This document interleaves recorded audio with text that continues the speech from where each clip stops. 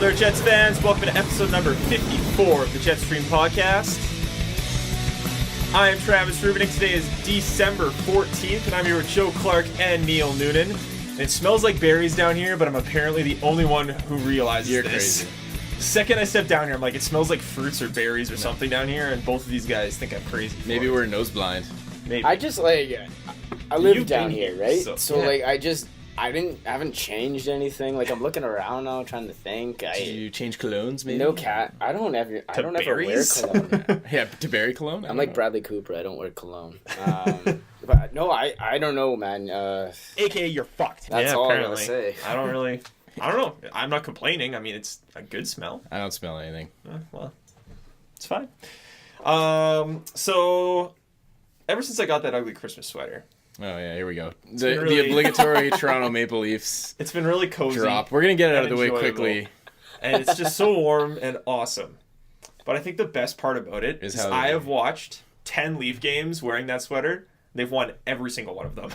So, you're welcome, Leaf fans. So, yeah, you know what? I'm not even going to make any comments on that. No, go ahead, make a comment. No, it's go fine. ahead. No, I'm just, good. It's a wonderful thing. Yeah, because it's wonderful. I don't want to jinx it, so I'm not going to say anything. What do you mean you don't want to I'm jinx happy it? for you. I'm Thank happy for thank you. There, I mean, it's going to come back and it's all going to fall apart at some point. Absolutely. But you know what? I'm just enjoying the ride. Hey, while might it's as well. going on, so I'm not...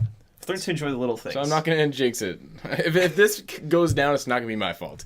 When it goes down, it's it not will gonna go be my down fault. eventually. It will for sure.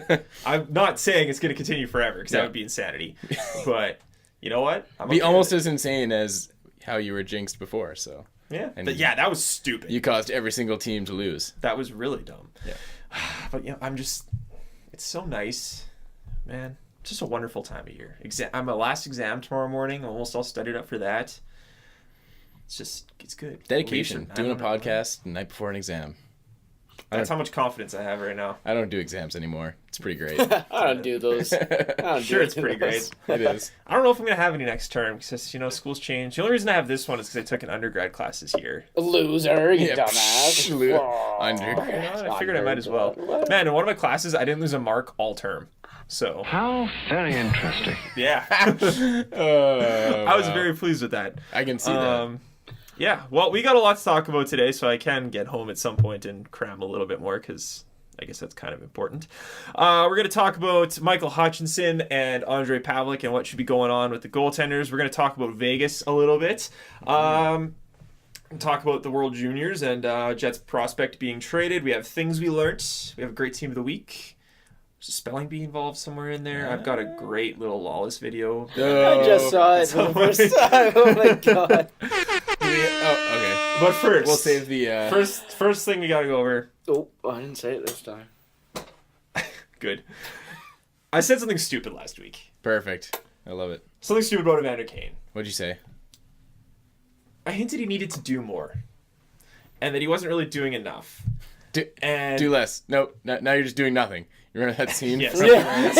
from Young Sarah Marshall? That's one of Paul Rudd's best characters. Best character, I agree. You're doing too much. Just stop doing everything. Well, now you're just doing nothing. Yeah. You gotta do something. No, you're doing too much.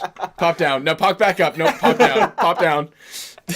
Best Paul Rudd character ever. I love Paul Rudd. Yeah. Paul Rudd's one of those characters, Oh, one of those man. actors that just sells you with just his facial Oh, yeah. expressions. Oh, man, definitely. yeah. Have you Definitely. seen like those lip syncing videos that Jimmy Fallon? Yes. Yeah. Or not Yes. Jimmy Fallon. Yes. Who does those? I don't know. No, I'm pretty sure it's Jimmy Fallon. No, it's not. Which Like one on are you his talking about? on his night show, right? No, it's not Jimmy Fallon. No. What are you It's talking oh my god, the guy with the really like he always looks tired. I don't know what you're talking about. Oh my god, it's one of the late show hosts. Craig Ferguson, No, Always maybe- looks tired. David Letterman. No. I'm Googling looks it right now. tired. Freaking bags under their eyes, kind of thing here. Late night talk show host who looks tired all the time. Oh my god, Conan If someone's- O'Brien? Like, no, I don't know no, what you're no, talking it's not about. Conan O'Brien. It is. Come on, internet, hurry up! Don't let me down. Did you Google like tired and late night host? Oh, it is Jimmy Fallon. Yeah. Yeah. Why did I think? He's like, that's his thing, is he does impressions and that kind of stuff. accents. It's But he like- does look tired all the time, right? Okay, sure. I don't know. Maybe. But yeah, he has You know a what I skit where he has his guests do lip singing videos. Yeah, and it's and so Paul Rudd's. funny. Paul Sometimes. Rudd's is the best one by far. Oh, really? Nice. I'm gonna have it's to check amazing. that out. It is so Okay, good. we gotta Watch watch that that. Yeah, if you I'll get the watch opportunity. it. He's at the It is- top of my list of like celebrities I want to have a beer with. Oh yeah. Yeah. Oh yeah. Like then Jason you Segel's can- up there too. You can become best friends. Yep. Yes, exactly. Awesome. I love you, man. Exactly. Nice. Anyways, Evander Kane. This is another guy I'd like to have a beer with, but I feel like he'd be wanting really expensive alcohol, and I couldn't I afford saw him it. in the Wendy's. And take you home after. Ah! I saw him at Wendy's on Friday. At Wendy's. Yeah. Bacon. Well, he was in the Wendy's parking lot, so I can only assume what he was doing there. Someone was. I'm just okay. Someone was getting food for him. I don't know. He was sitting in his car in the Wendy's parking lot, and I looked over and I made eye contact with him, and I was like, "That was really weird." And I Just looked had a away. moment with Evander Kane. Yeah, and then all the guys I was with started ripping on him, and then I was like, That's fair. "Whatever." Pitty's probably so jealous right now. He wishes he had a moment Oh, with yeah. Evander Kane like you did. Yeah, Just that deep eye contact. yeah, Although I'm pretty sure Pitty would cream his pants. Yeah, That deep probably. eye contact with Evander Kane. probably. Okay, anyways, so yeah, I said that he needed to do more, and I had a lot of people yell at me for that, and I was wrong. Very wrong. Why? He needs to do less. He's doing too much. He's not. That's so funny. You're doing too much. Honestly, maybe he is doing Maybe. too much because he can't score. But okay, here's the thing with Evander Kane, and I think I got sucked into this trap a little bit of I keep hearing and keep getting the same arguments from people over and over and over again about him. Because yeah, he's not scoring goals right now. That's Correct. And right now, when you look at a lot of the things, I understand why. But I keep getting the same arguments from people. He doesn't produce. He constantly misses the net. He takes bad shots. All he does is the same thing over and over again. He gets for the blue line, shoots, whatever. He can't play defense. He takes dumb penalties. Here's the thing. This year, he's being played in an extremely defensive role. He has the toughest zone starts of any player on the team, I believe. If not any forward on the team, except for maybe Jim Slater, but he plays against. He's useless anyways. Whatever. And he does an amazing job with it. When you consider where his zone starts, he has one of the best Corsi for percentages in the team. He's one of the best possession players. He takes the puck from his own end, and it ends up in the other end. That's a good thing. He creates shots. The Toby Enstrom special. Yeah, basically. Yeah. He creates shots. He creates opportunities. Yeah, the puck's not going in for him right now, but I'm willing to bet that changes at some point this year. He doesn't produce, blah, blah, blah, he doesn't score goals, all that crap. I've literally seen people on Twitter the last couple days say he sucks. In the last 4 years, Evander Kane is the highest goals per 60 minutes played on the Jets. It doesn't take long of a slump for people to completely turn around. Exactly. Like, that's just... And it's the same going the other way. It doesn't take long of somebody being, scoring goals and producing on a stretch for people to be like, oh my god, best player He's ever. amazing. Yeah. Exactly. Yeah. But, like, it's funny because these people who keep arguing with me that Evander Kane's bad, they just refuse to accept the facts. The fact is, he's the highest goals per 60 minutes of ice time producer on the Jets since they've been here. He plays some of the toughest minutes on the team in a defensive role. Now, This year. Note how he's gone this long stretch without scoring. He misses less shots per attempt than Wheeler and Kane. I'm pretty sure that's the way it's worded. He, per shot attempt, his percentages are lower of missing the net than both Wheeler and Kane. Yet, Scheifele, sorry. Yet Kane's the one who's ripped consistently. Wheeler and Scheifele miss the net more often. And yeah, I'll give you that he takes some dumb penalties. And yeah, he needs to tone down taking some of those stupid penalties. Lots of players take stupid penalties. Yeah, he does. Well, he is, I think, forward-wise, he's like the highest penalty minutes guy. And that's not good, especially when you've missed as many games you have. But... And especially if you're being played in a defensive role. Oh, exactly. You don't need to be taking more penalties. Do you remember, 2 years ago, I think it's 2012-13, when Mikhail Grabowski was being, outcast in Toronto all the time and all this shit? I tweeted this little thing out yesterday, and if you don't follow me on Twitter, you should, at @TRubinick. THRUBINIC. Shameless. Shameless plug. Shameless. Absolutely shameless. Yeah, shameless. But if you missed this, I want you to go back right now. Listen to these instructions. Go to a computer right now. Open up the internet. The World Wide Web. The World Wide Web. It's a wonderful thing. Yes. I want you to go look up Mikhail Grabowski's stats. Just his lifetime career stats. Notice how I'm pretty sure it's 2012-13. His last year as a Leaf. Look at his points production and note how that last year, it just dropped off. his points per game played dropped. I want you to go now to wherever you can go to Behind the Net or whatever advanced stats site you can find. Go look at his offensive zone starts and his opponent's ratings, the guys he's playing against. Yeah. Note how Quality in of that competition. year, out of nowhere, he also started a lot more in the defensive zone and played against a lot tougher opponents. Now go look at Evander Kane, look at his production for his career, and then look at this year. Note that there's a bit of a drop-off there. Yeah. Go back to Behind the Net, look at his zone starts and his competition. Both of them have suddenly become a lot more difficult. Now, if you're really good at the internet, This is for experts only. this is for expert internet users. I want you to go back and try to find some of the Toronto media articles from that year. And all the things they were saying, and all the people that generic non-stat using Leaf fans were saying, oh, Grabowski's this, Grabowski's that, he doesn't care, he's not talented, he can't score. Sound familiar? Yeah. I remember seeing all that stuff when it was happening. Yeah, it's very similar to what's happening with Evander Kane right now. And a lot of the articles that are being written about Grabowski in the blogger side of things, I have a feeling are going to start getting written about Evander Kane and the fact that he's not getting the same starts. He's not doing this. This is why his production's dropped off this year. If he gets used this other way, it'll go right back up. Even in that case, Evander Kane is doing better than Grabowski did in that situation because Evander Kane is still doing things that usually produce goals for him. Mm-hmm. Get off the guy's back. How's Grabowski doing so far this year? I think he's back to his usual stuff. Yeah. He's doing pretty well in the Islanders. Everybody's doing pretty well in the Islanders right now. Yeah, it doesn't hurt. Yeah. So, get off his back.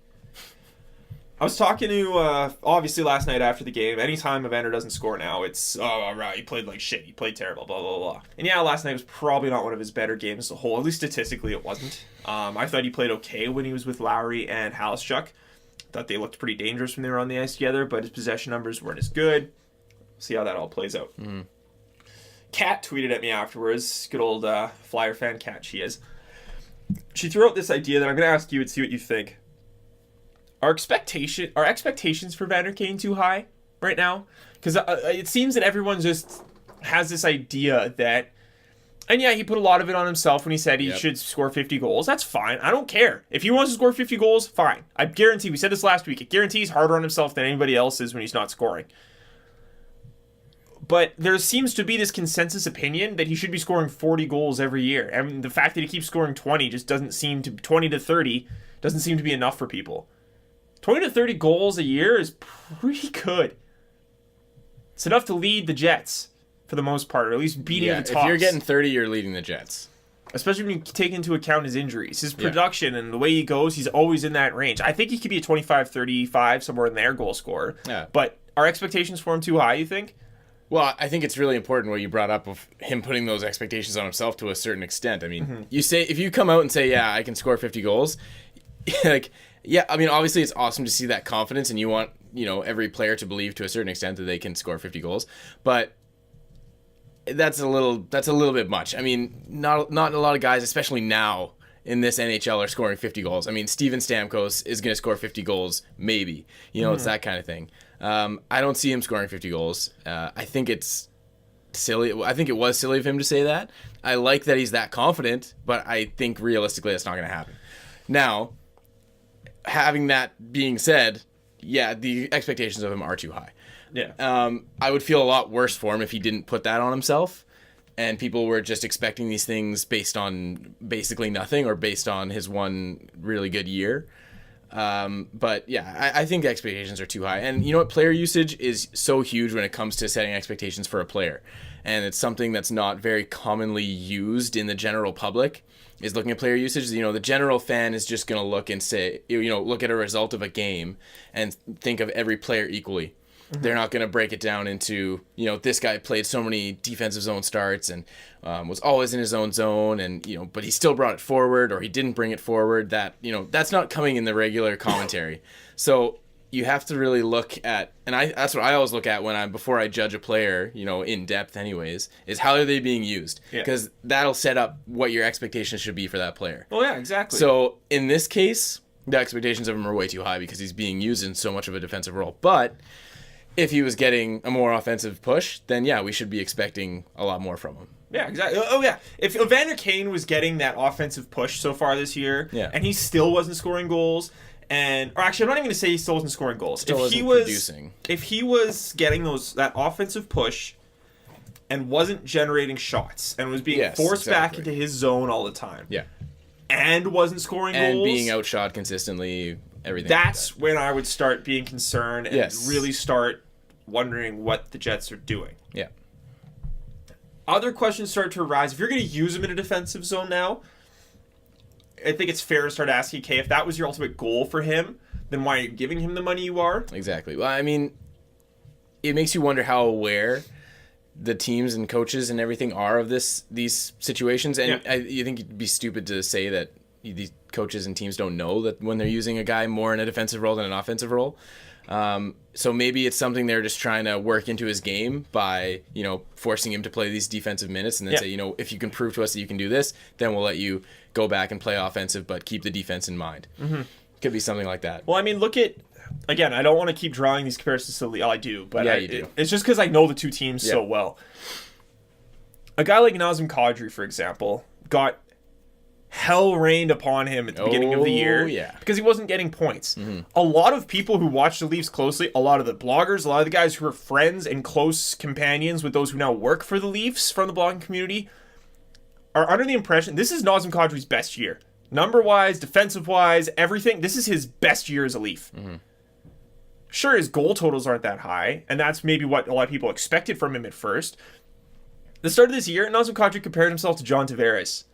How do you think that was taken by Toronto that media? was not taken well. I remember seeing things come from that where everybody was... I think, was it Don Cherry who ripped on him or something? Oh, probably. Yeah, Don Cherry rips on Kadri whenever he gets a chance, which is stupid because he's literally from Toronto, and that's another thing he rips the Leafs for. Yeah. It's great. Dumb. Good old Don Cherry. Yeah, it's just... It's using a young player in a new role, and he's excelling at it. Mm-hmm. Sure, I want Evander Kane to score. I do. But if he's going to be put in this position and help the Jets be a much better team, which they have been to this point, I understand goal scoring is a problem, but when you take your prime goal scorer out of a goal scoring role, you're going to expect goal production to drop off. Yeah. This team was wanting to focus on defense. That's exactly what they're doing right now with Evander Kane. So stop bitching at him for not scoring goals. One thing I didn't defend when I brought up the he takes bad shots thing. I just pulled up the website right here. Go to sportingcharts.com. You can look at, they have little heat maps. I'll show you what it is right now. The thing for Sidney Crosby. That's Sidney Crosby's. They have little heat maps for where players are shooting. The NBA is all about this shit. Oh, yeah. All the heat maps for where guys shoot. Fucking incredible. Yeah. I'm glad hockey's getting on. Yeah, the shot heat maps really nice. Go look at Evander Kane's. He does not just shoot from the top of the circle. Yeah, he takes a decent number of shots from there. Mm-hmm. He takes a lot of shots from close in. He takes a lot of good, high-quality scoring chance opportunities. Yeah, and you know what? He takes a lot of shots from everywhere. It's actually very interesting. I haven't seen Sidney Crosby before. Now that you're just showing it to me, and it's really interesting seeing when you get a player like Crosby who clearly knows his sort of zones where he scores from and his high percentages, that kind of thing. You can see how they kind of specialize in the areas that they take shots from. And with Kane, it's a lot more scattered. It's just like everywhere. Yeah. Okay, I'm just trying to get this to pull up Kane's. While that's loading, I think people, if the Jets are going to use Evander this way, and I was going to ask you, have you heard anybody ask the Jets if they need to expect more from Evander Kane? I haven't heard that, no. Because I'd be really... But I would be surprised. That's not something that the general media in Winnipeg, they don't really, especially when talking to Paul Maurice or Kevin Cheveldae, there's no real tough questions asked. It's always the kind of expected stuff. Yeah. Nobody's going to ask tough questions that might have an awkward answer or something. This doesn't happen. Mm-hmm. You want to tell me Evander Kane only shoots from one spot? There's his chart for this year. Interesting. It's all over the place. Yeah, it is all over the place. It's literally everywhere. I like the one from behind the net. He scored on that. Yeah. That's the stupid thing. That was that shot in Minnesota where he threw it in front of the net and it went in. Oh, right, yeah. You want to tell me shot quality is an important thing? Yeah, exactly. 25% of his goals this year have been scored from behind the net. Yeah, that's great. That's the kind of luck the kids had. most of these are in that diamond scoring chance area, are they not? Yeah, like 50, I would say 50%. probably at least about half of them are in that area. That's to half. exactly where you want to be shooting from. Close to half, yeah. I have no problem with his shot locations at all, ever. His career is the same thing. It's all right in front of the net. Yeah, if you look at his, that's just from this season, so it's a little bit of a smaller sample. But if you look at some of his past seasons with his, total shots and even seasons overlapped, there you go. You see the red. Yeah, you the see red's right in front of the net. Yeah, the only red spot, which is the place where he takes the most shots from, is right in front of the net. That high percentage, that high percentage zone. Yeah, he's got a huge clump, more shots right in front of the net, and then he does have a bit of a bigger conglomerate above the circle, on the left which side, is fine, because that's where he is all the time. I would feel like that's probably a pretty natural spot for somebody in his position. Ovechkin takes shots from there on a regular basis, well, that's more of them. That's because he does it all on the power play too. He has that spot set for him. Yeah, just get off the kid's back. That's all I'm asking.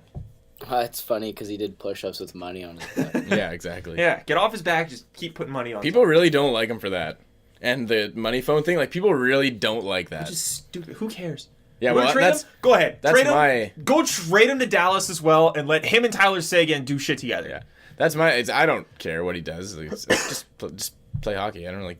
I honestly don't care what you do outside of it, as long as it's not illegal or anything. But like people like despise him. Oh yeah, that. It's pretty funny actually. You want to know why you don't trade Evander Kane? Garrett tweeted this out. I told Garrett I was going to use this on December 5th. I think he tweeted this out, and I meant to talk about it last week. I'm going to read off this lineup that Garrett tweeted.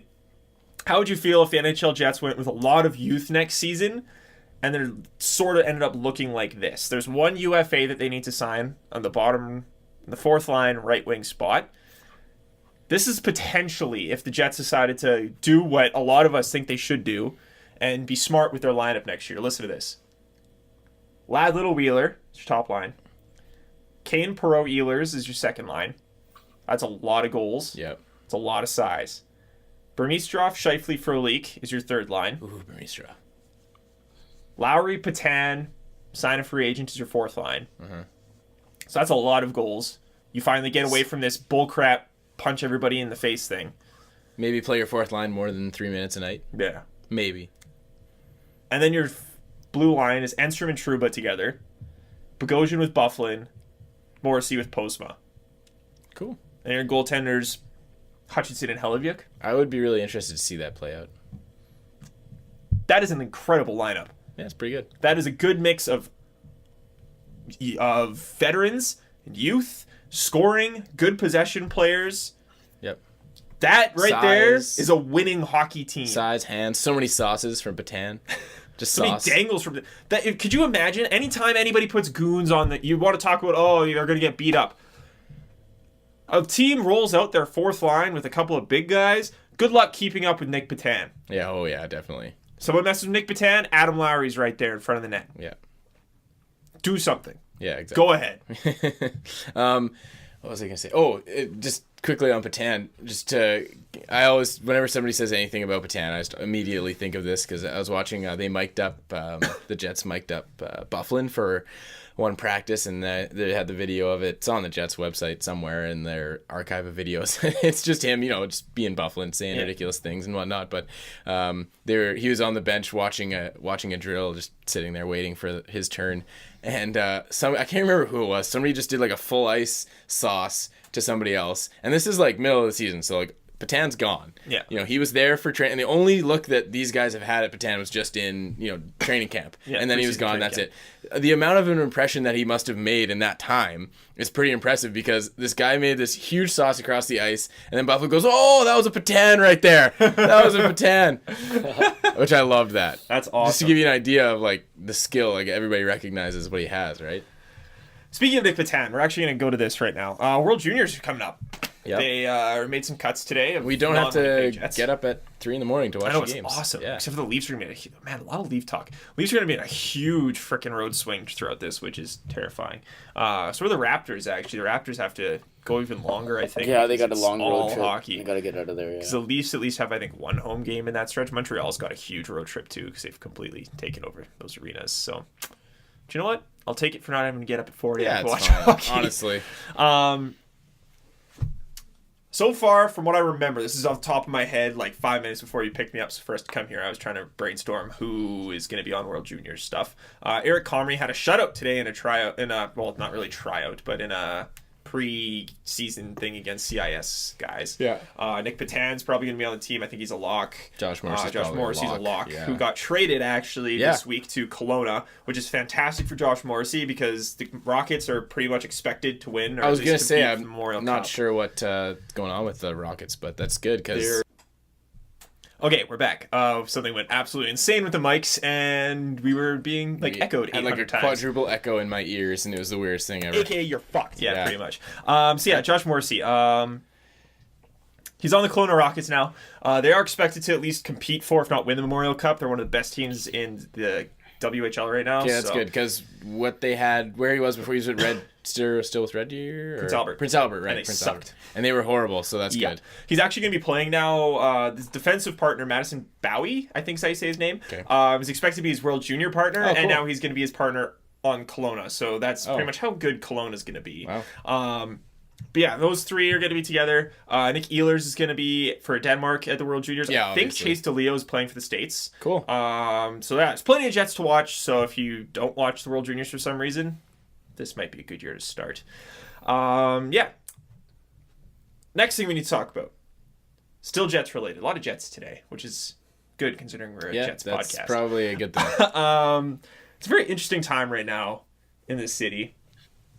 Because on the same day, within the same paper, there's two articles. Which paper is this? The Winnipeg Sun. Ah, okay. One of these articles was titled, "All Michael Hutchinson Does Is Win." And it was arguing why and asking if Hutch could get more playing time and all that stuff. And another article was titled, "Too Soon to Take Job from Ondrej Pavelec."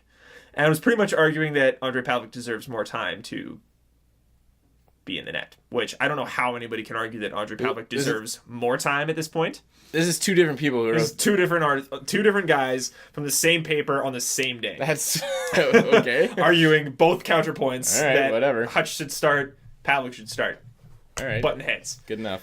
Which I think is the state of what everybody's in right now. I personally don't see how you can argue that Pavelec deserves more time. I don't see why If there was any argument you're going to make, it's that Pavelic's playing okay. Yeah. Or was playing okay. Was playing okay, yes. Had a good start. Yes. I didn't hear it, and I didn't read the article, but apparently Gary Lawless has even gone on 1290 lately and has argued that Pavelec shouldn't be playing nearly as much. And that Hutch should be getting more starts. Yeah. Gary Lawless is now turning on Pavelec, apparently, which is big. So, Joe? Cheers. Should Hutch be the starter now, or at least the 1A? It's got to be the 1A. Yeah. I mean, realistically, is he going to be the starter? No, I don't think that's going to happen. Should Do I it think happen? he should? Oh, yeah, I would love to see him be the starter. I would love to see him take the job. That'd be awesome. Okay. Because he's been playing fantastic. And so, I mean, there's no reason for him not to. Chevy nudes. Yeah, other than the Chevy nudes. So, I mean, yeah, I would love to see him obviously do that. But I think, well, and we've seen it lately, he's been getting just as much as Pavelec in the past few weeks. See, I'm not a huge fan of... I like that he's getting time. Oh, yeah. That's fine. Fine with me. But I don't like this consistent flip-flop. Mm-hmm. I think at this point, Hutch has deserved a chance to at least run with it for a while. Give him a couple weeks. See what happens. Yeah, I'd love to see that. I'd like to... I don't see it necessarily happening, but I'd like Oh, to see no, it. that's Yeah. the problem. I don't know if it's going to happen. I'd like to see it happen, if it does, before the All-Star break at least. Yeah. Give him a bit of a run. And this is including last night's game. Last night's game, sure, first time, I think, since the first game he played this year, that he's allowed more than 2 goals. And one of them, he was clearly interfered with. Yeah. I don't care what people are arguing. That was goalie interference. He did not have a chance to make the save. He was still in the blue paint, and someone touched him, and he did not have a fair shot at making the save. That's textbook goaltender interference. Doesn't need to be a penalty. Goal shouldn't have counted. I saw that was one of the more polarizing calls that I've seen on Twitter lately of people arguing it both ways. Yeah. But by the book, and I think we saw it either later in that game or that same night, the exact same, or not exact same, a similar play happened where a goalie was still in his crease, player cut in front, touched him, no penalty, goal's not allowed, face-offs outside, goal interference. You have to let the goalie make a save. Mm-hmm. If he's in his blue paint, doesn't matter if he's, I don't know what the stupid argument is making, he was coming and challenging. He was in his blue paint. Yeah. You cannot touch him. You cannot stop him from making a save. It's goal interference. It's plain and simple. Yeah. And then the whole flub behind the net, that happens. The stupidest argument I heard from multiple, one of which is a very prolific Pav supporter who works for CJOB. I don't know who you're talking about. I Really? don't have a Are you drop gonna for say him it? either. Yeah. Don't worry. No, Oh, just okay. I think anybody who actually follows him understands that the yeah. guy cleans up Pavlik's poop on a regular basis. Doesn't make a How difference what Pavlik very does. interesting. The stupid argument that, if Pavlik would have done the same thing, he would have gotten eaten out. Yeah, because he does it all the time. It's one thing for a rookie to make a mistake, one mistake in however many starts he's Yeah. made that cost the Jets, and then bust his butt to get back in it and try to make a save, versus Pavlik, who did the exact same thing against Toronto last year and does the same thing all the time, and then stands behind the net and lets them score. Yeah. There's a difference. I did another goalie update article last week. I want to run a few numbers by you guys based on my last Pav article just a couple weeks ago and my Hutchinson article right now. Pavlik's last 5 games. So it's a bit showing his regression, a bit showing that he's becoming Pavlik again. Yeah. November 23rd against St. Louis, 893 save percentage. November 26th against Buffalo, 950. It's good. It's Buffalo. December 3rd against Edmonton, 917. It's good. It's Edmonton.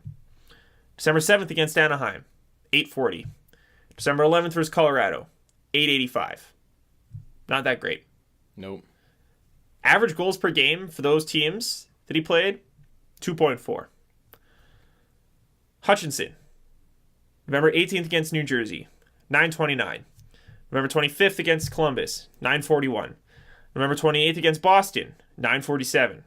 December 5th against Colorado, 909. December 9th against Dallas, 929. Last night against Anaheim, he was still a 900 goaltender. Yeah. Well, it was 3 on 30, so that's 900. Yeah. He hasn't dropped below 900 yet. It's pretty Except good. for that first game where he got pulled early in a game that he had 2 breakaways to face and one that was pretty much a breakaway. Yeah. Yeah. It's been very good, very solid. Average goals per game for the teams that Hutch faced, 255. So more. Yes. That's higher. Than Yes, that's 240. higher. Usually means they score more goals. What was the first one? 240. Yeah. 250 something is higher than that. Underlying stuff that I track. Mm-hmm. My last Pavlik article, he was out of position for 22% of goals. That's Okay. probably gone up. Hutch has not allowed a goal yet this year that he was out of position for. Not one. Pretty impressive. That is how calm this kid is. That is how just whatever, puck's going to hit me, I'm going to move over to the side, puck's going to hit me, I'm going to cover it, it's not going to bounce off me into the slot. No flailing. No flailing, Yeah. no scrambling. He's calm, he gets where he needs to be, makes saves. 17% of goals on Pavlik, and I know this number has gone up just based on watching, were rebounds. 21% on Hutch for rebounds, but that was 3 goals constitute that 21%. Okay. How many of Pavlik's? I don't have that number for Okay. me, but the 22% was 9, so I'm probably going to say 7 or 8 at least. Fair enough. Yep. And then 20% of goals on Pavlik were bad breaks in traffic, which generally means teams feel the need that they need to start getting guys in front of you, tipping the puck, causing havoc, and just making shit happen. Blocking your view. 43% on Hutch have been forced to be bad breaks or traffic in front. So deflections, shit like that. Yeah. Teams have to get in front of this kid to beat him. That's how you beat him. One of the goal that we didn't talk about yet last night, he was screened. There's a guy in front of him. 2 guys in front of him, I think. Buff and somebody else were in front of Hutch. Guy doesn't get beat down low. Hutch has allowed, I think, 3 goals all year around his legs. 1 5-hole goal, which was deflection but from Lucic. That you couldn't really do anything about that. He needed to split to go try to get across, and it was deflected halfway through, I remember that. and it went 5-hole. Yeah. The kid doesn't get beat low. That's the only goal 5-on-5 that's beating him low. He deserves more time. Yeah, absolutely. He has. He doesn't. By the way, all 3 of those rebound goals that he let in were in his first 2 games. No, first 1 or 2 games. He hasn't allowed a goal from a rebound since. That's pretty good because I'm not crazy about his rebound control. It's not perfect yet. It's gotten better. It has. Which I don't remember anything of Pavlik's ever getting better that I've ever seen. Yeah. It always keeps falling back. I mean, it's an interesting thing that I have obviously interested in because I follow it and track it. Yeah. But I think Hutch just deserves it at this point. Hey, well, He should you be know getting what? more. To show my faith, I've picked him up in both my fantasy leagues. Good. Because he usually starts at least once per week. Yep. Not in our league because he's mine. No, I have him. Pav? No, Hutchison. I'm so sorry. Way to pay attention, Neil. Way to pay attention, Neil. Boo. Neil just ruined everything. But yes. Bad podcast. But I got him, and you know what? He's doing well for me so far. So As he should. hopefully he keeps it up. Hopefully he keeps getting more games. The more games, I think he's going to. the more games, the better. Keep racking up those Probably. fantasy points. Keep racking up the save percentage. Yeah, exactly. I'm going to throw you for a loop right now. Okay. I think it was a great team you need to talk about, isn't it? Oh, Joe? sure, yeah. I don't even have my screen on. Ladies and gentlemen, it's Joe's Great Team of the Week. So, great team of the week for this week might be a little bit of a heartache for most Jets fans, but I had to give it to the Anaheim Ducks. Ducks, not Dykes. Ducks. The Anaheim Nice. Ducks. You're not giving it to Columbus? No. Not yet. It's an outrage. Not yet. They've won 6 games in a row. Travis, you want to do the team of the week? I'll stop. You can do it. This is No. How many times are you going to correct my team of the week? I'm correcting it Leafs right of the now week. 'cause it's Columbus. You can do one if you want. I won't do it anymore. No, it's yours. Yeah, that's what I thought. Anyways, Hey, Anaheim Ducks. I'm doing to you Are what I the do to great- everybody on Twitter. What? Saying you're wrong and not giving much back up. Oh, okay. The Anaheim Ducks. Undefeated in December so far. 7 straight wins, That is impressive. including 2 in quick succession against the Jets. Not bad. Anaheim Mighty Ducks now first. Not Mighty Ducks. Anaheim Ducks. I Mighty can't Ducks. say it Mighty without Ducks. saying Mighty Ducks. Mighty It sounds Ducks. so wrong. Now first in the Western Conference again. Great team of the week. Fuck you, Travis. New segment. Travis's Great Leaf of the Week. Yeah. Nazem Kadri always. Oh yeah, every time Nazem Kadri. Is there even a debate there? Phil the Thrill, you never know. Could Yeah, sneak he one gets in there. possession destroyed on a regular basis, and I'm pretty sure it's because of Tyler Bozak. Hey, does he still drive that truck that he won for being picked last? Was it a truck? I don't know. What was it? I thought it was like a Ford Fusion or something. I don't know what it was. I can't remember what it was either. I'm Maybe it not was a up to truck. date on. Anal I'm more up to fusion. date on. Yeah. I'm more up to date on Phil Kessel's ugly sweater game than I am. Oh, yeah. Did you see that thing? Yeah. Oh, that was excellent. Picture of Dion Phaneuf and Phil Kessel. Man, Dion Phaneuf's mustache right now is on point. I love it. So creepy. Yeah, he held it over from Movember, and it's awesome. What do you want to do first, Joe? Do a little spelling bee? Do you want to do spelling bee, things we learnt, or do you want to talk about Vegas? Let's talk about Vegas. Let's talk about Vegas. Vegas? Yeah, there's been a lot of Vegas talk. Vegas. This Lot of weekend, Vegas Vegas just talk. lit up. Vegas. Ha ha ha ha! But Vegas lights. Oh, No, not going for a bad pun. that's not what I was trying for. It's like the Vegas talk lit up. I'm serious. But first, let me take a sip. Yeah. Well, I didn't do it this time. Don't get mad at me, listeners. Okay, Vegas. Gave us a bit more insight onto what's going on. I think Vegas at this point is more of the when, not if. Yeah, it's looking that way now. Because for the NHL to allow CBC to do a broadcast with a potential owner Yeah. and talk to him about his plans On and friggin' Hockey release all Night this in Canada. information. Exactly. Everybody watching. You don't just do that No. without there actually being steps taken. Elliot Friedman, like 15 of his 30 thoughts this week were just Vegas stuff. Like It seems like it's going to happen dependent on how this season ticket drive goes. yes. There's 2 phases of this drive so far that we know about. I think there might be more, but I haven't paid attention to those because step at a time. First phase, they're just looking at interest. Mm-hmm. They're pretty much going to have people say, are you interested in buying season tickets? You can sign up. No financial commitment involved. Which I think is 100% a ploy to be like, look at how successful this could be. Yeah. Because I think it looks better on the NHL if they at least get the interest gauge first before they get the money gauge. Did that happen with bringing the? I don't remember Oh, that no, happening no, here. no, Okay, no. yeah, I was No, like, no. They were just like, yeah, this is all going to happen. Give us your money. That's kinda and what if I you don't figured. give us your money, this isn't happening. Yeah, They didn't that's- do this first phase. yeah. I kind of was like, I feel like it was a lot quicker. Here's the thing with that, though, is you can have so many people just be like, yeah, I'm going to buy season tickets. Well, wait, there's no You can commitment, sign- right? Anybody can sign. Yeah, We should sign up. yeah. Hey, let's go get season tickets for the Las Seriously, though, Vegas we NHL should- team. we should do that. Yeah, fine, let's do it. We should go on when they make this thing and just make Yeah. a JetStream account Yeah. and just be like, Yeah. JetStream podcast wants to buy season tickets. I'll take for 10. Yeah. Well, that's just it. You can buy as many as you Yeah, want. exactly. I want 10 season tickets. Yeah, I will have the entire arena for myself. Thank you. Yeah. I would like 10,000 season tickets, Yes. please. And I can afford that but I can't afford a beer at the jet ski. Yeah, Get that exactly. later. Yeah. It was until that second phase they're going to look for money, and that's really the key point, right? Like, I don't think they're going to be dumb enough to award the team and then be like, "Hey, now pay up," because idiots like us could fill it in and be like, "I want 6," and then be like, "No, Obviously no, not. thank you." So I think, if they want to do it the smart way, I think they'll be like, "Are you interested? This is how much it's going to cost, and this is going to be our options." And then people can be like, "I'm going to want this, and go." And then they'll be like, "Hey, you said you wanted this and this, money." Yeah, exactly. And then if they're like, "No," they'll be like, "Okay." And if they're super smart, they'll be like, "Are you interested on this and this?" And if you say yes, they'll be like, "For $100 non-refundable down payment, you can get your name on a list for when we ask for money. But if we don't do this, you get the $100 back." Or I guess sort of refundable. Non-refundable if this happens. Yeah, exactly.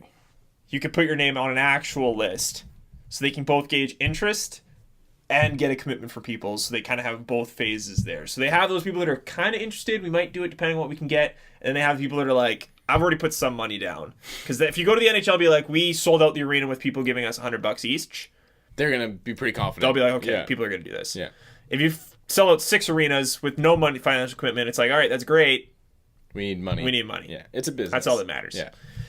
Speaking of the business side of things, William Foley, the potential owner, was the guy that Elliot Friedman interviewed. And we got a little information on potential naming. Yes, this is an interesting topic. They are still going to do a contest, regardless of what happens. There's going to be a contest to name the team. Okay, cool. But William I kind Foley of like that. pitched the idea of, and I think the thing with those contests is every team seems to do those for expansion franchises. And then just forget about the actual results and go with Well, whatever they want. Occasionally they stick with the results. Yeah. But if there's something that they think combines some of the results, like the Lightning are a perfect example for that. When they did their contest, they had a bunch all Storm related, and they figured, you know what? The Lightning kind of encapsulates all of this. Yeah. And it's something that happens here. And we can have, alternate jerseys that say bolts on them. Exactly. Whatever. Like there's Yeah. They picked them. I don't think that was a finalist of the contest. Okay. I think the Sharks were another one of those. By the way, I saw a hilarious picture the other day. Neil, can you pull up a Sharks logo, a picture of the Sharks logo, and a picture of the Penguins logo? Oh, of yeah. The Penguin holding the stick. Yeah. You'll see why in a minute.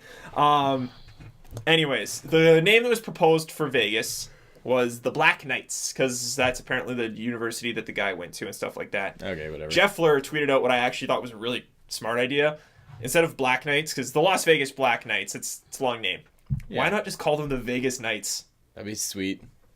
That's Yeah. what Vegas is known for, The is the Vegas Knights. Knights, yeah. So, and even if it is Knights with the K, fine. But Whatever. everyone's like, Everybody will get it. Yeah. yeah, everyone's gonna get that. That'd be pretty. I saw a good one of somebody saying, I don't care if they call them the Black Knights as long as their slogan is, it's only a flesh wound. Nice. I like that. Monty Python drop. What other names would you be good with? Is there anything? For Las Vegas, I don't know. It's a weird one, like Las I just hope Vegas. they don't go really corny and be like the gamblers, the canyons The or something. slots. Yeah, exactly. Actually, the canyons. cans be okay. It's actually not horrible. Good job, Joe. Anyways, yeah, thanks guys, thank you. But yeah, I don't know. Las Vegas is weird because I've never been to Nevada or to Las Vegas, so I don't really know what would be a good way to just have the same idea that everybody in. What's this here? Oh, this is the Sharks logo. Okay, there's a Sharks logo. Do you have a Penguins logo? I can find one, no problem. Yeah, try to pull one up as well. If you So can it's get some biting both. a damn stick. It's biting a stick in half. Yeah, it's biting a stick in half. That's a sweet logo. It is a good logo. I thought the same thing when I searched it for the first time. Yeah, and then we got the Penguins logo. Now look at this. If we're watching on YouTube, you'll find this funny. If not, pull up both the Sharks logo and the Penguins Yeah, logo, and you'll see what we're talking about. and you'll see exactly what's going to happen here. Come on, internet, don't let us down. Oh, you're down to one bar. I see it on my phone. It it does just not hasn't pop come. up It froze. on there. Okay, you see how the Penguins logo is also a triangle with a little innocent penguin holding a hockey stick? I do see that. Yeah. Now imagine a shark just came and ate that penguin and snapped that stick in half. Yeah, that's exactly. Oh, whoa. I don't know if that was on purpose, but that's hilarious if it was. It worked out pretty well though. Someone should do an animation of that. Yeah, There really should be. there should be that. Anyways, Some Sharks fan out there, do it. my idea of Vegas is just kind of the same one that everybody who, you see it in movies, and it's just like Yeah. a strip, and that's it. right? That's all you see is the Strip and like the hotels and whatever. So I mean, you can't really think of any names that come out of that really. I was just kind of curious. I was like, what's the Nevada state animal? Oh no, It's the desert bighorn sheep. yeah, The Las Vegas bighorn sheeps. Or the Vegas bighorn? I don't know. Bighorns? Anyways, I don't know. That's a weird one. Black Knight seems kind of random, but I'm sure there's a reason for it. Well, Like it's you said, because his university or whatever. What university is that? I don't know. I'm a big fan of that. The Las Vegas Bighorns. Like, if you take a look at a picture of a bighorn. You can make a badass logo out of that. Oh yeah, definitely. for sure. Oh yeah. Well, the Moose logos, they got sick at. Like that last Moose logo was awesome. Yeah. My Nevada favorite State Moose logo. flower. Go ahead. My favorite Moose logo is definitely like the one where it looks all regal and he's just chilling like this. It's like he's like holding a hockey stick. He's like, yeah, I'm a moose. The old one. Yeah. When they came from Minnesota. Yeah, exactly. I love that one. The Nevada State flower is the sagebrush. The Vegas Las Vegas, sage. yeah, the Vegas sages. I don't know. The bighorns is actually pretty cool. I like the bighorns. Yeah. I kind of like the canyons too. That's pretty sweet. You're just all about that, eh? Yeah. You're gonna enter the contest. Yeah. Oh yeah, I should do that. You know what's weird? This was kind of a conversation during in the NBA last season when the New Orleans Hornets turned into the Pelicans. When everyone's like, "Oh, the Pelicans is like such a stupid name" and stuff like that. But when it's new, it sounds dumb. But after a while, it just kind of like blends in. It still sounds dumb. You get to me. used to it, right? I mean, I'm used to it, but I still If think someone Pelicans... started a new franchise and called them the fucking Leafs, Yeah, that's true. I would true. cry laughing. You'd be like, That's "What? true. Why are you? Why? Like that makes no sense." Yeah, I agree. I agree. That's true. There'd be even more jokes about the grammar, even though Leafs is grammatically correct. It's like, it seems like such a random thing to name a team. So I Yeah, can see that's that. true. It's just like when you say Tiger Woods and you're like, "Oh yeah, Tiger Woods. He's that guy named Tiger Woods, right?" And then you like hear somebody say just Tiger and you're like, "Wait, why is his first name Tiger?" That makes no that's true. sense. And then you hear it and you're like, "What if somebody came up to you and was like, 'My name's Tiger?'" You'd be like, "Ha. Yeah, right." Exactly. You're But an then idiot. you see Tiger Woods and you're like, "Oh yeah, it's Tiger Woods." Whatever. That's fair enough. Yeah, I guess so. You get used to it, What other right? weird ones are there? I mean, universities are crazy. Like the Gamecocks. Yeah. Oh my god! Like, could you imagine that board meeting? So it was like, yeah, let's Yeah. be the Gamecocks. Yeah. No one's gonna laugh No, at that. nobody's gonna make any jokes. There will be no jokes made. What's that mud rat thing or river rat? Oh, Albany, the River Rats. Yeah, that's Yeah, awesome. I think that's what they are. Rats, They that's kinda used to cool. be, at least. Or the Connecticut Whale for the Whalers. Just a single whale. The St. John's Ice Caps is kind of a, if you like, it's I get it, but The Wheeling Nailers. yeah, it's a great one. Yeah. But that's the thing, like Vegas, I think, is a bit underrated for their hockey market. Their ECHL team is one of the best attended teams in the ECHL. What's And the that's ECHL team's name? Do we know that? We should get that. Get that going. Neil, can you look that up? Yep. I know it. I think it's the Rattlers. I want to say That sounds really familiar. Wrangler. Wranglers. Wranglers. Close. It's close. Interesting. But yeah, like, where do you think would be next though? Because Seattle, I mean, Quebec City is probably just like this. Apparently, sucks. things have kind of fallen apart slightly in I don't Seattle. think they've fallen apart. Not like crumbled, but they weren't what they used to be. Something about ownership or the building, something changed. Well, yeah, no, it's been sitting there for a while, and they're trying to figure it out because the NBA is the whole thing with Seattle. The NBA has got to be there too because Yeah. the owner who wants to build the building doesn't want it to just be NBA. He wants to have both. Right. So that's kind of, I think, why Vegas has taken a It seems lead there. It seems to me like that Seattle would be the next market that makes sense. But if the ownership or the building or what have you is not in place, then I would just intuitively go to Quebec. But then you're messing with alignment again. No, absolutely. But I mean, I don't know how much they care about. Like, how is that a huge issue? Alignment.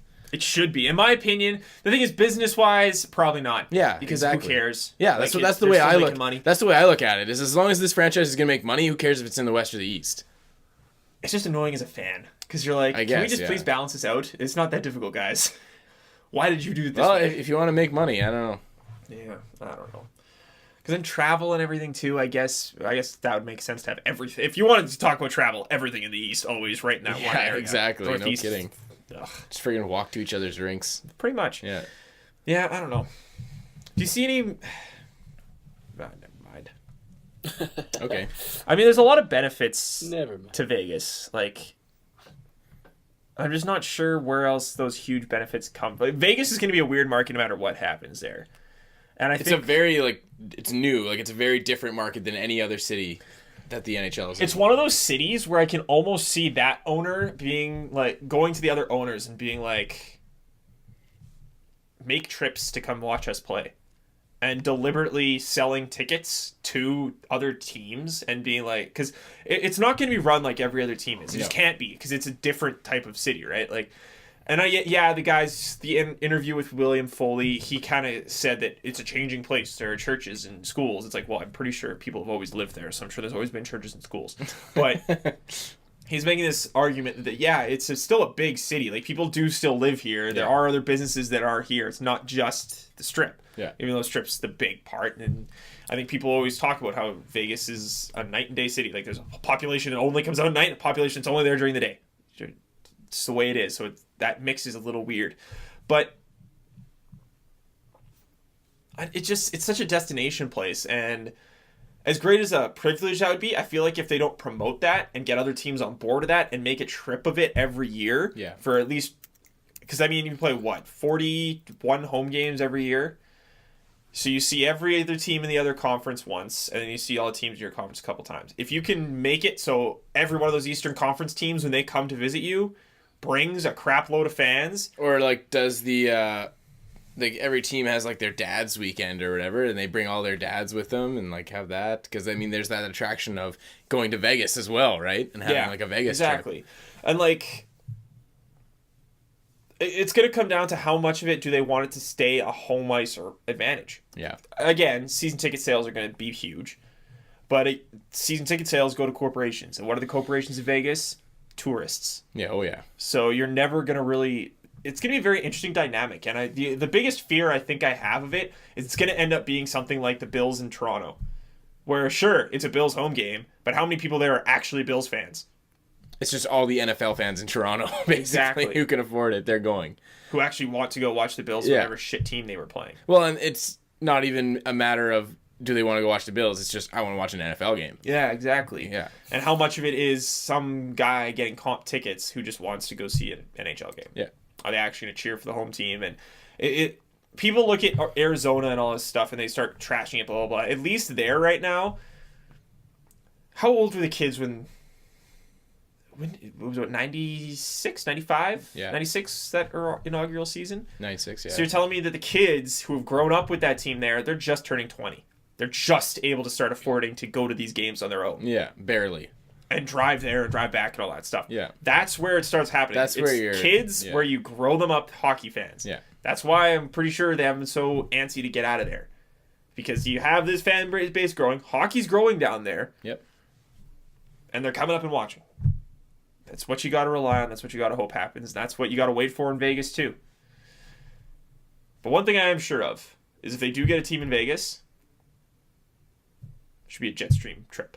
JetStream Vegas trip? Oh, yeah. I'm we down. should make a Vegas trip. Oh, We should get listeners to join in. Oh, yeah. We'll go down to Vegas. All meet up in Vegas. Fuck yeah, bro. It's so happening. sweet, It's though. happening. Oh, yeah. Man, you Because can it won't get... even be that expensive. You can get flights down to Vegas for so cheap. Exactly. I know a buddy of mine planned a Vegas trip with two other of his friends. They literally, like, it was like, they started talking about going to Vegas like a week before they went, and then they had it all planned out and That's bought like tickets and $500. everything. Yeah, and like it would cost them like $500 or $600 Exactly. to get like round trip airfare, hotels for 4 or 5 days or We however can get long they All Man stayed. to come. Yeah. We can get our visitors from around the globe Yep.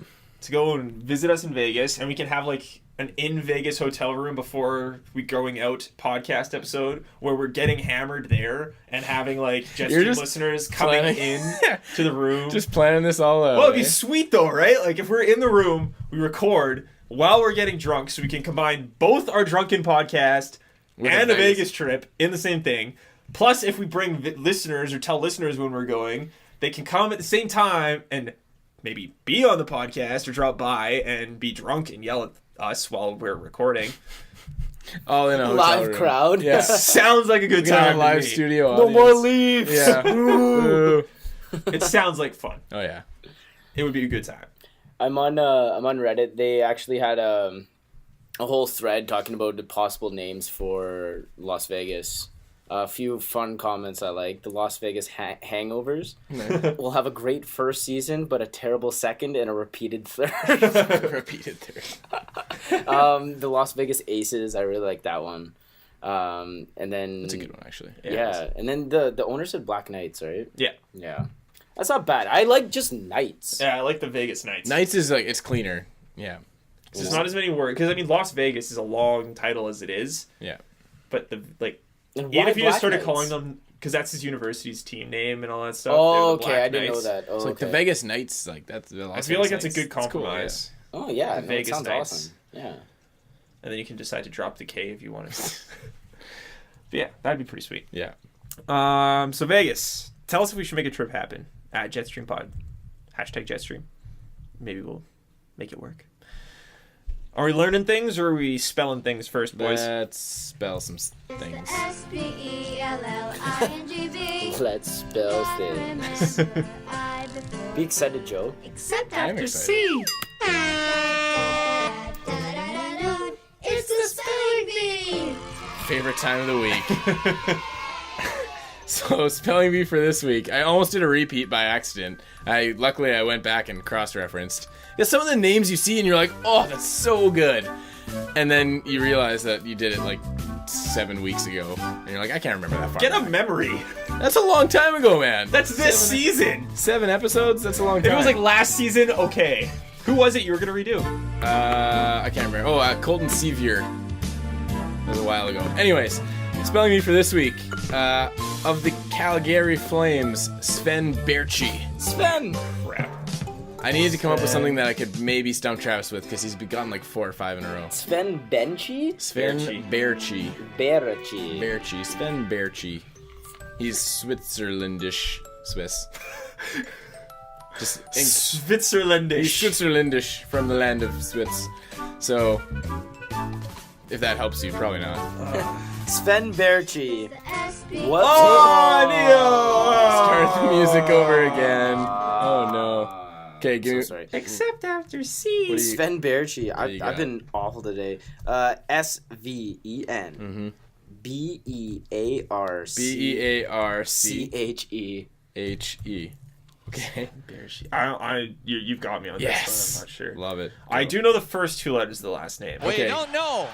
Okay, so first name Sven, SVEN. Okay. Berchi. B. A with those 2 little dots over it. Oh wow! I don't know that. I don't know how to make that function happen on my keyboard, so we're just gonna go with A. Wow. R. SCHI. I think that's it. Nope. Damn it. You're both pretty far off. And you know how you were like, oh, I definitely know. Well, you say you knew the first 3, you said, or the first 2? 2. Okay, yeah, you got the first 2 right. The rest after that was just horrible. Sven Berchi. It's SVEN. You both got that. And then Berchi is BAERTSHI. Oh, I only missed 2 letters. Yeah, but those are pretty essential. Whatever. That ain't easy. Sven Berchi. Dad. Yeah, so his 13th overall pick by Calgary in the 2011 draft. And in 2010/2011, he finished second behind Matt Dumba for Rookie of the Year in the WHL. Schmat Dumba. Something a little bit interesting, he kind of took a bit of a different path. I don't know how common this is for guys from Europe, but it's not something you see with most North American guys. He started professionally before he did junior. He started in the Swiss B League. Oh, yeah. And yeah, actually yeah, had yeah, contract. that's not too bad. Yeah, he also had contract offers from the A League, and then decided, nope, gonna go play junior and then get drafted. So he was drafted to Portland in the 2010 CHL import draft. And then yeah, I didn't know that. I honestly didn't know what that was. I also love that the CFL now calls them imports and non-imports Yeah. instead of Canadians and Yeah. Imports. not imported goods. They're humans. They're human beings. Nope. All right. We learned things. Are you going first? Okay. Yeah, well, it's here, so. Oh, I definitely saw this. I don't know if it's gonna work I saw on the this. TV. I saw though. this already. Oh my god, I don't know if it'll work, I really hope it does. but it's so funny. Oh, There he is. is Gary Gary. Laws can dance, everybody. That's the first thing I learned Gary's this week. dancing. Oh my. Gary's goodness. looking good. He looks so happy. He is really happy. If you're not watching on YouTube, go to He's going to at the music M Remus at MREMIS.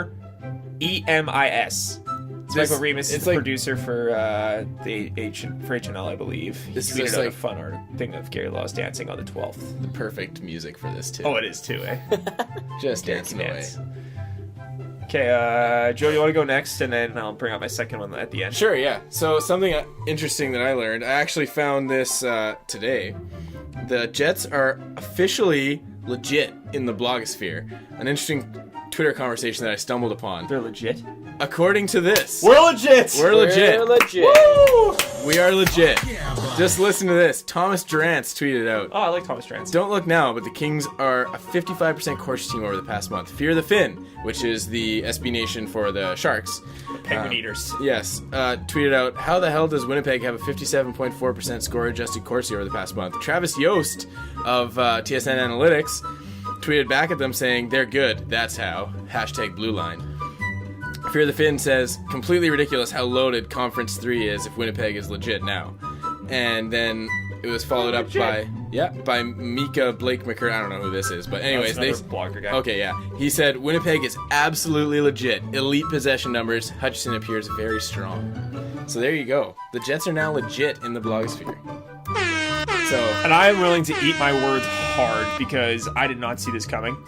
I think all preseason I said they'd be decent with their forwards. Their blue line would kill them. this is Their like, blue line has not killed them, and Nope. they have survived these injuries. Yep, absolutely. So And now they are legit. they've played fantastic. Yeah, definitely. They have. And you know what? Garrett wrote a great article on Friday morning, I believe. Go check out ArcticGuysHockey.com. And he talked about elite possession players, and it's about how Jacob Trouba, and I believe the other one was Evander Kane, are the guys that are driving this possession train right now and have been absolutely fantastic. And these are numbers that are generally pretty repeatable. So get excited because Jacob Trouba is a hero. Yeah. And he's doing this with Mark Stewart. He's made Mark Stewart one of the better possession guys, It's pretty good. which is unreal. Still hate the guy. Still think he's a terrible defenseman. But Jacob Trouba's made him respectable. And Michael Hutchinson's been fantastic. And Evander Kane is playing some incredibly tough minutes. Shifley's played well. Actually, maybe it was Shifley. Shifley's played pretty well for his possession time, even though he hasn't been scoring. Their top nine is freaking solid when Chris Thorburn's not in it. Yeah. Which, with injuries, you never know. Here's the thing with Actually, them you know, right you now. always know. He'll be there. All right. Here's the thing with the Jets right now, though, is they still need to shore up that fourth line. 'Cause Or that's their big make thing it right now. useful. Make it useful. Yeah. And that is something that Chevy can legitimately do at a trade deadline. Oh, yeah. You can get a decent fourth line guy. You don't need to give up the world for him. Corey Conacher just passed waivers. I don't know. how- Richard Panik. Yeah. Panik, however you want to say it. Again, a Leaf, he was on waivers. He would have been a perfect fourth line guy for this team. Perfect. He's lighting it up at Got Toronto. unreal hands, man. The guy's scored so many. Like, he's got that unreal dangle on Peter Mrazek of Last Detroit night, it was last night. He had a ridiculous breakaway. The thing is, even when Gagliardi, Slater, and Peluso were together, It's not bad. they did well. I thought they did okay. So, there's pieces there. Yeah. It's just Chris Thorburn keeps fucking everything up. I'm not gonna lie, I'm still concerned about the blue line. I think that's legitimate. There's There's no pieces reason there to that aren't not. great. Yeah, I But mean, Postma's played well. Yeah. I think Sherratt's played pretty well in his call-up. Bufflin back there looks Love great, it. to my opinion. I really hope he stays there when He Enstrom should. comes back. He's played great. I really hope he does. Even CBC broadcast is saying he should be back there. Yeah. He should be. There's no doubt about it. It'll be a mistake to move him back up. I agree. And I mean, friggin' poor guy, like having to be thrown around different positions consistently. Yeah. Neil, what'd you learn? Oh, it's my turn. Well, I'm kind of glad that you brought up Mr. Thornton here. 'Cause I Thorburn? saw- Thorburn, pardon me. Yeah. People call me Thorburn on my hockey team. Yeah, they I would. saw this on Reddit here. Oh, this is Ah, yeah. him photobombing.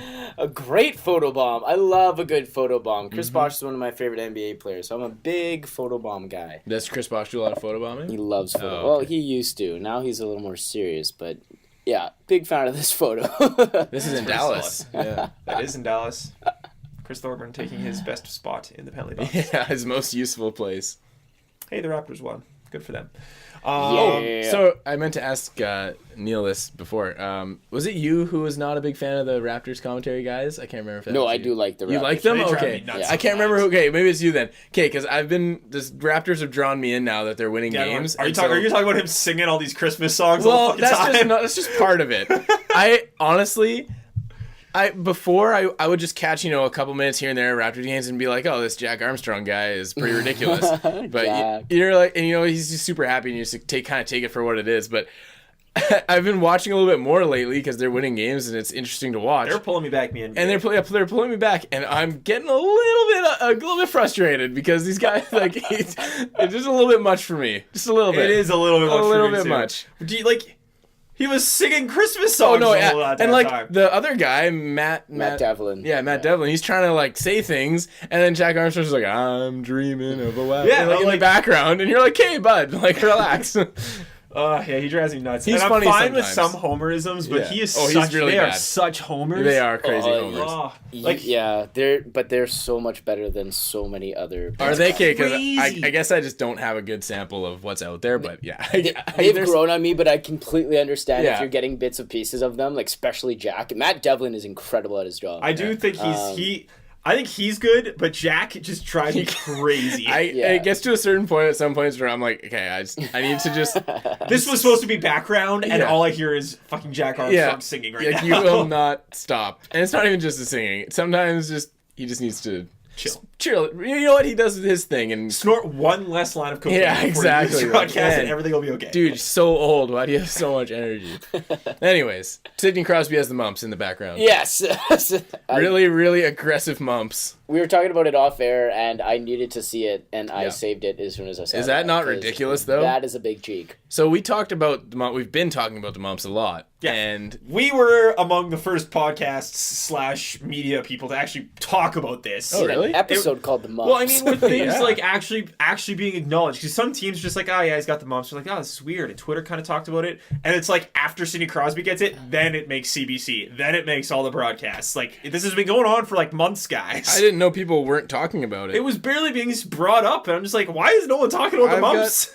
Well, here's an updated list. We talked about it last week, but here's an updated list. Now with Sidney Crosby, Derek Brassard, Corey Perry, fuck my life, Ryan Suter, Marco Scandella, Travis Zajac, Francois Boschman, Jonas Brodin, Adam Larson, Christian Folan or something, I don't know who that is, Keith Ballard, Tanner Glass, Clayton Stoner. That's a long list. And there's 1, 2, 3 guys from Anaheim. There's 2 Rangers. There's 5 people from Minnesota.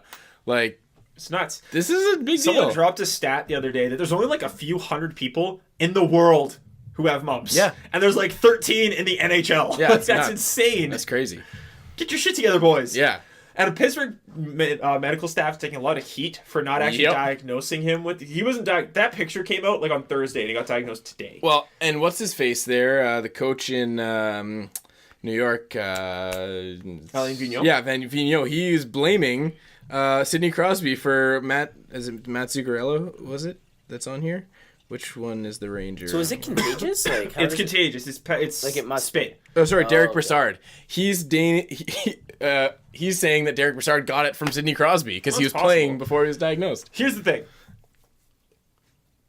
It's like most viral disease. I think it's viral. It's spread. You're contagious before you know you have it. Yeah.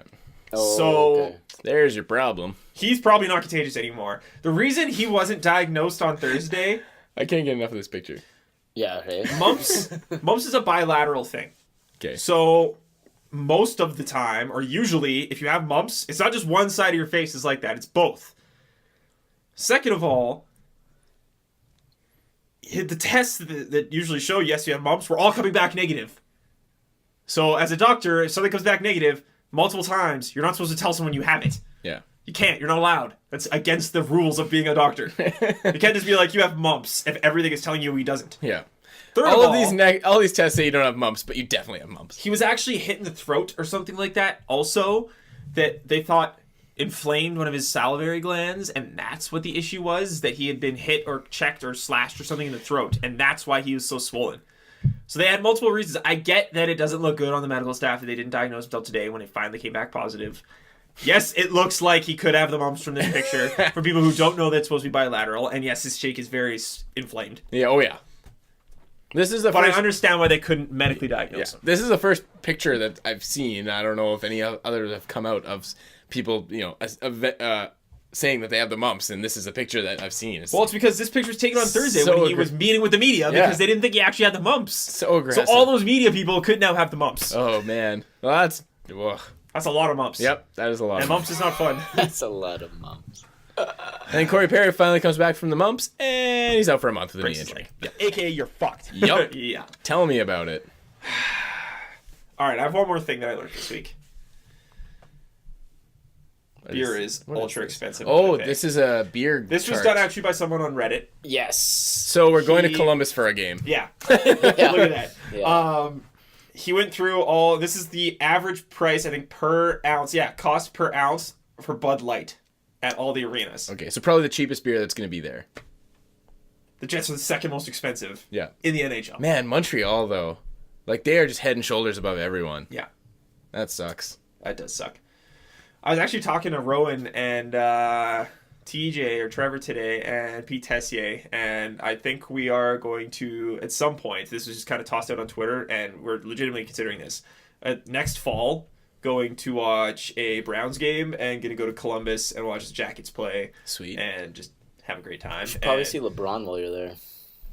Well, yeah. I'd hope so. We're just not going to ignore them. But that is a really good, being Yep, the cheapest that's beer in the league cheap. is just another endorsement for that. That's half, just almost half.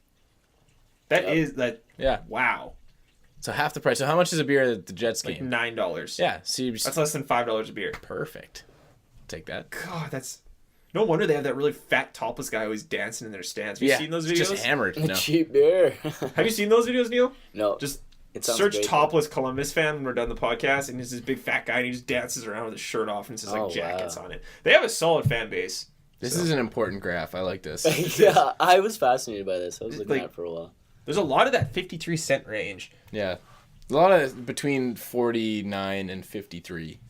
That's a big range there. I'm actually kind of surprised that Ottawa is so. That is, Low, yeah, normally you'd considering expect they make no Canadian money. Well, and you'd expect the Canadian cities to Well, be most of them are higher up there. Yeah.